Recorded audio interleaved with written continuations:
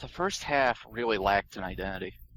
Yeah, like the first that's my biggest criticism of the show is that the first 20 episodes, they tried to do too much at once.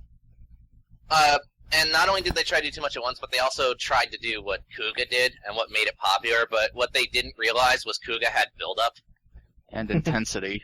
Yeah, like also brutality. So they try to hammer you with like all this stuff like at once, and it just doesn't work because you don't know these characters, you don't have a sense of the world they're in. You know, they just throw you in here, and I guess they're just banking on you at first thinking, oh, Kuga 2, so I'll just assume it's the same people or something. I don't know. But no, it wouldn't even work then. And I'd like to throw in that this is the same writer who also worked on Kiva, which has an equally muddled storyline. It is fucking clustered. Yeah, so but then by episode 20, it seems like the dude writing it realized, maybe I shouldn't just be a weird copycat. I don't know, just a thought. Aside from a few lighthearted moments, and it's mostly character interactions rather than episodes, usually with main character and the fucking cop, because they're goofy. It's funny. Yeah. Before episode 20, even the soundtrack was weak. Yeah. The show, it is, and that's what, and shows like this, it's hard to recommend to people, because we could say it's worth it, but you gotta go through some bullshit. But then at the same time, and this is an argument I've made against shows too, why do I have to sit through half the fucking thing so... I will argue in its favor. Though the first 20 episodes were weak, they weren't bad.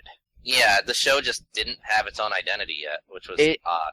It's just kind of there. It's sort of like peddling in place. After 20, it picks some shit up. It's not the worst thing you'd have to grind through, but it's hard to give it a firm recommendation.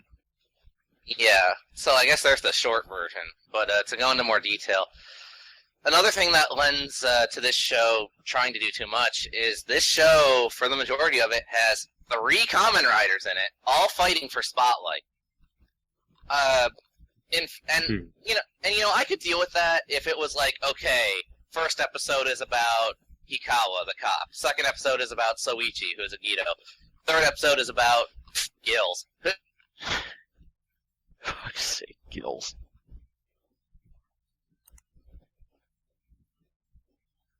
Did his internet really die at the mere mention of Gills?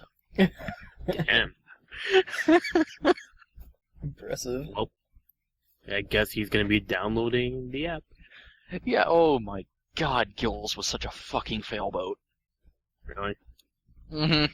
I guess I'll pause then. Of the 3, he is the biggest fucking jobber. And we'll be getting into that. Don't look him up. Oh, sorry. You can look at his design, just don't look up information on him. But yeah, speaking of it, trying to copy a lot of what Kuga did, and not having proper build-up and all that, it just, a main issue is that early on it tries to do too much. Because, this show has 3 Kamen Riders in it. Straight up protagonists, and that's not counting the 4th protagonist, who's not really, the girl. Yeah, but but you have Kamen Rider G3, who is Hikawa the cop, XP of Ichijo. You have Kamen Rider Agito, who is Shoichi, XP of Yusuke. And you have this new character named Ryo, who is later revealed to have the amazingly lame name of Kamen Rider Gills, so that's awesome. And I want to add on to that because, and this is just to take a point here, Agito himself had an okay introductory episode. At the very least, while the pose definitely needed some work, it was a decent suit, and he kicked a dude to death. The G3 unit is fucking hardcore. You pretty much put on a battle robo suit and you gun people down with a magnum bigger than Robocop's.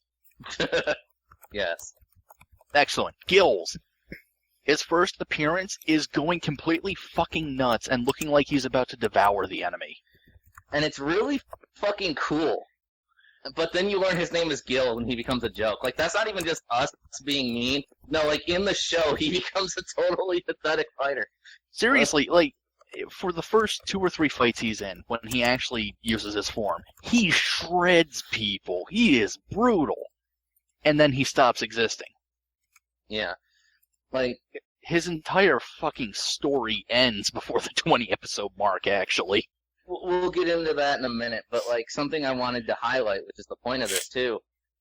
You have these 3 characters who are all fighting for spotlight because the show wants to treat all 3 like main characters. That's not in itself an issue. I've seen shows that have done that, and they've done it well. But there's Here's no the balance. problem. Yeah, here's the problem. Almost every episode tries to balance all 3 at the same time, so it feels really jumbled. So you don't really get a chance to get to know these guys or get a feel for them before it immediately jumps to someone else. Like, you could be like, oh, Hikawa, he's part of this, like,